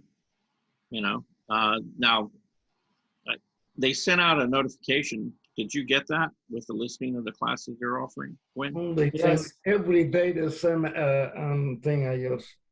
I haven't. I've just had the one, and then I got so confused because every day you were going to be there, you had to register that you would have to be there Yeah, for that class. yeah, that's not okay. So what I want you to do, Wayne, is I want you to call the front desk, and I want you to get on one call so that when they send out the emails, you get the emails with the class registration and stuff on it. Okay, Okay. and in that way you can. Yeah, that's much easier. That new website is ridiculous. Yeah, It is, John. It really is. new website. You know, I mean, it's Oh yeah, they say here the aquatic classes are open. yes, yeah, yeah. Now I They've don't. had quite a few. I was surprised to have as many as they do. Are they going on? actually doing classes, or is it just open pool right now? So open swim where you just go in and you can swim Yeah. yourself? But they had I classes. I think you have to kind of call in something because it's probably still Yeah. going to be a limited number at one time. Yeah, there's a limit of eight people in the pool at one time. But Yeah. they're doing the regular classes too, the aerobic classes in the water and the Oh. bicycle classes in the water. So they've got all the water aquatic classes plus then open swim from 2 to 4 every day and all day on Friday. Okay. Yeah. Oh, okay. Okay, well, that's good. Yeah. I'm a scuba diver and I was just late to class because I had to go to my doctor and get an okay that I can get in their pool just to test out my video equipment this weekend. Oh, okay. Because I don't think you can scuba dive too much in that little bitty swimming pool. Yeah, it's probably only about 10 feet deep. Maybe if you were living here in Foster, I don't think we it's that have an Olympic swimming pool, you might do a better job. Yeah, Actually, the deep end of Benson, I think it's 12 feet. is it 12? Oh, really? Yeah. Mm. Yeah, I've been to the bottom of it. It's about. I'm I didn't impressed think that it pool. was that deep. I was gonna say more like 10. Right. Yeah. That's good to know. yeah. Yeah, there is a Well, deep end. the deep end at bottom, you can still stand up. Oh yeah. Oh, Wow. Okay. But 12 feet is too much for me. Me too. Yeah, the first 12 feet, Armando, is the hardest to adjust to. Well, I'm not And good swimmer. then as you go deeper, it gets easier if you're a scuba diver. Oh, okay. right. Okay. Yeah. Yeah. The If I first go deeper- 12 feet is the most difficult to get all your ears adjusted and everything Mhm. adjusted. Right. Well, your So body. they, Yeah, your body's getting used to the pressure difference. yeah. And if your ears start bothering you, they say stop or go back up a little until you can clear your ears. Just like when you go up in an airplane, you have to clear your Well, ears. When I saw in Florida, the scuba diver, they don't go deep.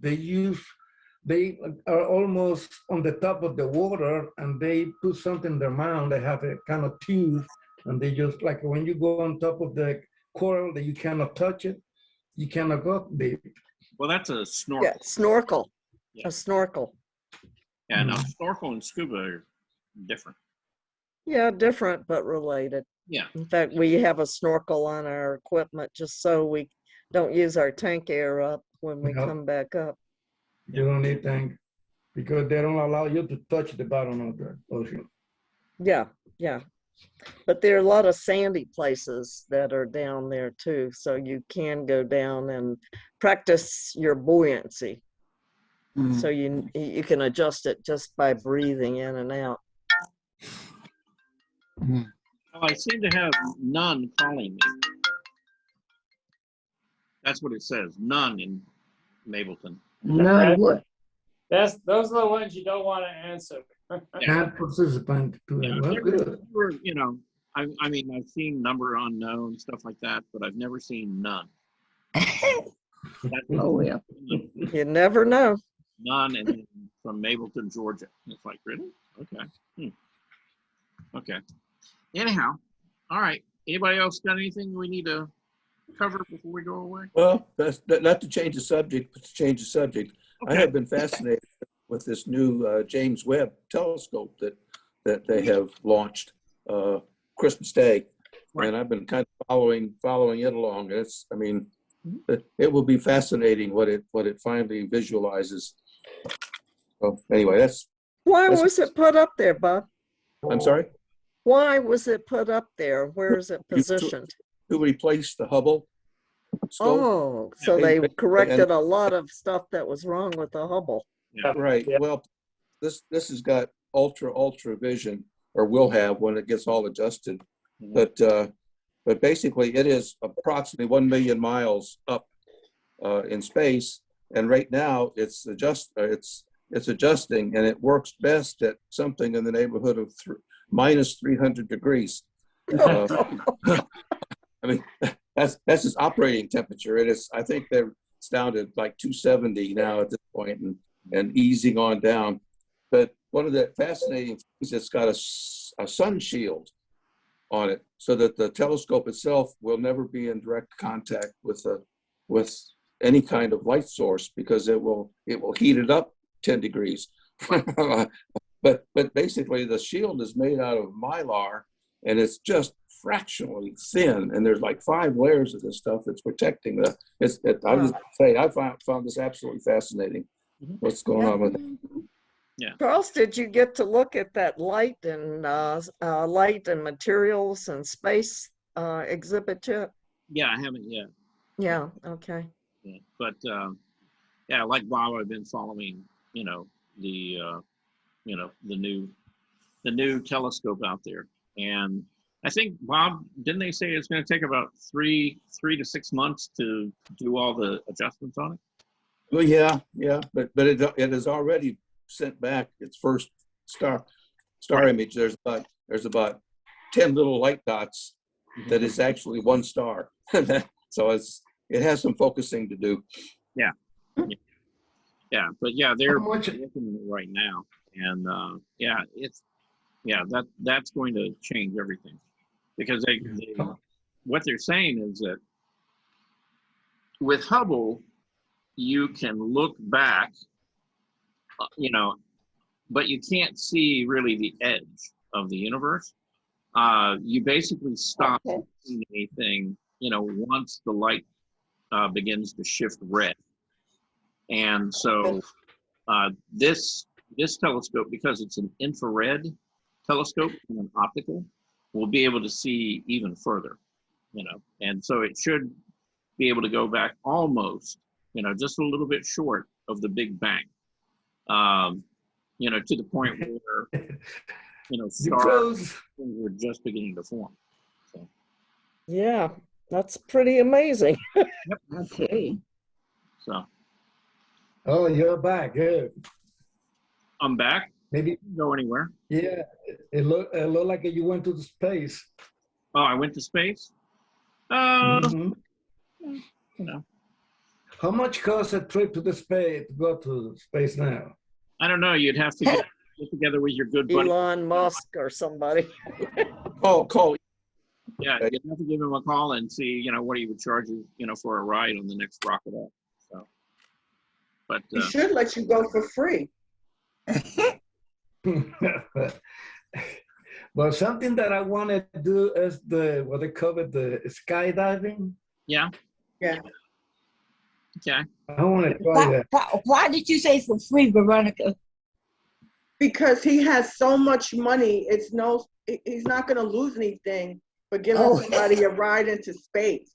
There'll be too many people trying to apply. Well, he doesn't have to announce it, but if one of my friends here wanted to go, he should let you go for free. Yeah, besides, you don't know you're going to get back. Oh, yeah, that's true. That's true. That's why I wouldn't want to go. Armando, you don't really know that you're going to get back from Benson when you run over there and pick up the lunch. Oh, my goodness. That's It's a risk, right? Everything is risk, And tell me, I'm gonna complain to Sarah, ask her what she put on that food. So why, it wasn't good? Today it was okay. Oh, all right. Okay. Generally, tomorrow is fried catfish. Oh, it's Catfish Friday. You should come so we can see each other. Oh. Hang out over some catfish. Huh? Okay. Hey, Armando, find out when Lucy's going to be there again. I might stop by. I'm afraid. I just wait. I'm afraid to talk to her. You know how she is. Yeah. Who's Lucy? It's the Italian old lady. She. That's Elsie's friend, right, Elsie? Elsie Jester's friend? Yeah. I don't know. Yeah, I think so. Elsie's muted right now. Yeah. She's very spicy. Yeah. Very spicy. Okay. I'm busy packing and listening, and she is a friend of mine. Yes, I thought so. Yes, right. I don't know her. Oh, okay. I don't know where either. Probably if you saw her, you would probably recognize If you saw her, yeah. Yeah. She's about 4 foot tall and carries about 15 shopping bags. Oh, her. Okay. Yeah. You know the personality. Yes. Oh well. Miss Bernice, when you come into the center, so I can meet you. You're going to meet me because as soon as we do a plain air, I'm coming. Oh, okay. So that's But actually, I live closer to Bowden, so my center of choice will always be Bowden. But as I say, for some things I will come. Mhm. Okay. Well, we'd love to. Where are we going to do plein air, Charles? Do you know yet? Specifically, no, but I'm going to try to make it all over the city, so that Yay. different parts of the town, so that it's not all just on the north end. Mhm. And that way, some of the people from Darnell, Bowden, Mills can participate if they want. So Right. that would be nice. yeah, we're trying to be a little democratic about it. Yeah. Mhm. Yeah. I still wish there was like a general bulletin of all the centers that you knew what was going on. I mean, they're so independent right now. Well, I guess that's, we have to let Andre know that, that's what we would like to have and give him something to do. Who? Yes, please Yeah. give He Andre. said, "Now wait a minute." So he can call us and leave us the message. Veronica, I'm going to put you. You're going to be the lead on that. Okay. Okay. I'll let him know. It's no problem. Right. Yeah. Okay. You're going to be our outreach, to Andre. Okay. Yeah. There we go. Okay. All right. Well, on that happy note, it's 3:51, and Yeah. it's Time to go. been nice visiting with everybody, and Yeah. Okay. See you in the morning.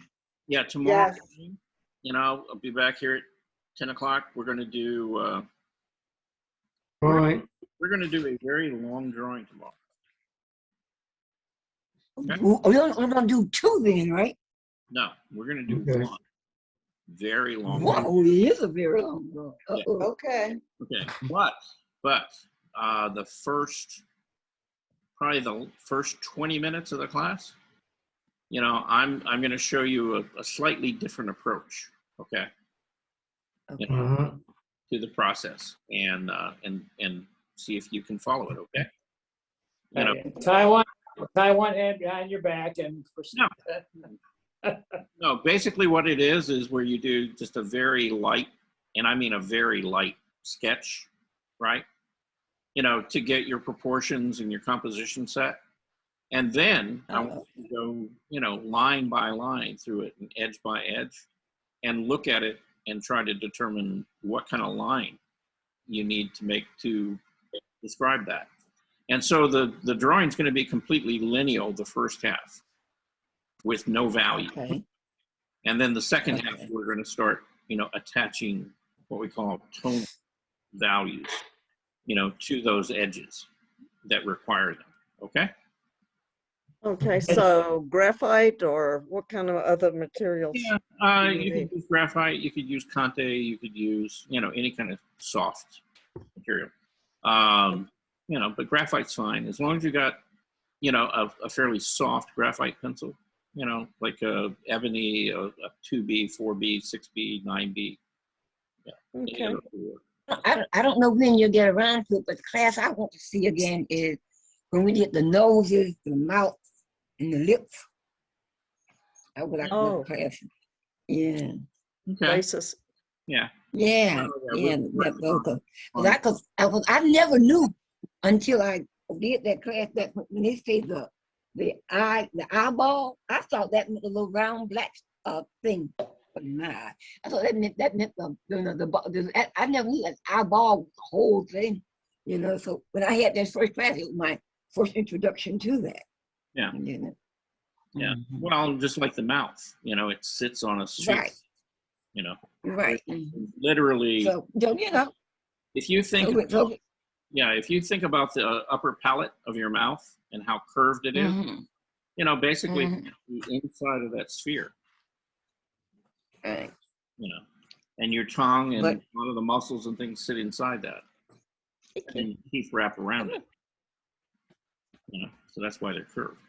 So I just hope if you do get around to doing that, give me some time so I make sure I'm here. I'm there. yeah, all right, yeah. Well, you know, we're okay. I'm trying not to get to drill down too far into the anatomy part of it. Yeah. You know, what I'm generally trying to focus on is what we call constructive anatomy. Okay. Okay. So rather than learning every muscle, you know, we're going to learn like groups of muscles, big masses, so that, you know, you understand kind of the general shape of it and kind of the function, and then you can know where to look for them. Yeah. Okay. I think that's easier if you see the total rather than just the one individual, just to see an eye socket, Right. and not on a form, just sort of like, well, where does it go? Yeah. Yeah. Unless you can, you know, attach it, you know, to Right. say, you know, the front and side facial plane and the bridge of the nose and things like that. Right. Right. It doesn't relate to anything. No, so it would be better just to study that by doing an actual portrait. Well, that or drawing a skull. Well, that's what we've been doing, studying the actual portrait in the last 2 or 3 weeks. We've been actually, Well, No, we haven't been. yeah, I've been trying to give you. Yeah, I've been trying to give you some things from nature, human figures. And That's fine. okay, I'm trying to put something out there for everybody. okay. You know. Yeah. So we're drawing a variety of things. Now, notice that I've tried to stay away from landscapes and architecture. Thank you. And that's what I want to do sometimes. Right. Yeah, I'm thinking, I like figuring, but not all the time. Okay. Yeah. But, you know, I don't, you know, for the most part, you know, I don't do figures all the time. You know, it's always something from nature, like a flower, an animal, a bird, something like that. A human figure, right? So you have to draw somebody, and you don't have to draw, you know, anything really. But, you know, you have the whole figure to work with, or you could just do, let's say you only wanted to work on legs, right? You could just draw the leg or the foot, you know. You know, you don't have to draw everything. And then I try to give people a face, you know, at least one. So that, again, you know, for people who want to do portraits, that's good practice for them. People who want to draw figures, you know. And, you know, at the end of the day, it doesn't really matter what you draw. It's all the same. Just draw. Yeah. Just draw. Right. Yeah.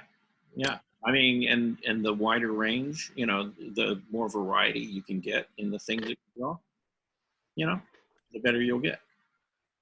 Yeah. Because you'll So that helps develop the other side of your brain from, say, if you're right-handed, it would be the left hand side of your brain.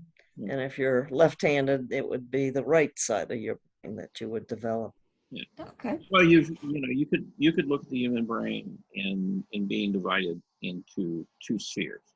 You know, one is what we call, you know, analytical. You know, so, you know, measurements, you know, things like that, actual numbers, speech, words, you know, things like that. And then the other, you know, which is, you know, sort of the more intuitive side.